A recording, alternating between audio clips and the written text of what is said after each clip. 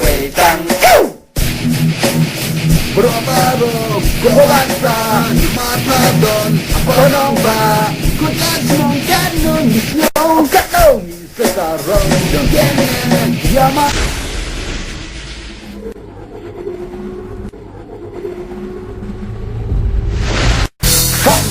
Larikan Funk Larikan Funk Larikan Funk Larikan Funk Larikan Funk Larikan Funk Larikan Funk Larikan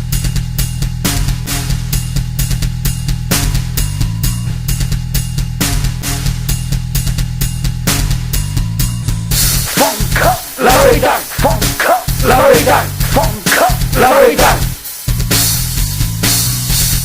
funk, larikan,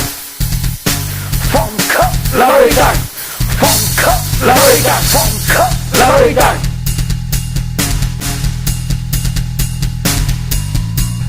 funk, larikan,